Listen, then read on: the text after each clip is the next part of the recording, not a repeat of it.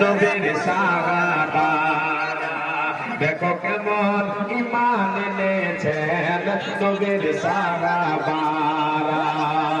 হযরত বেলাল এনেছেন ঈমান হযরত বেলাল এনেছেন ঈমান কত কষ্ট করে মরুভূমির গরম বালিতে তাজা রক্ত ঝরে হযরত বেলাল এনেছেন ঈমান কত কষ্ট করে মরুভূমির গরম বালিতে তাজা রক্ত ঝরে আমার মা বোনেরা যারা আছেন ওই 10 গুলোতে জানো ওনার কাছে তাজা রক্ত ঝরে তবু বেলাল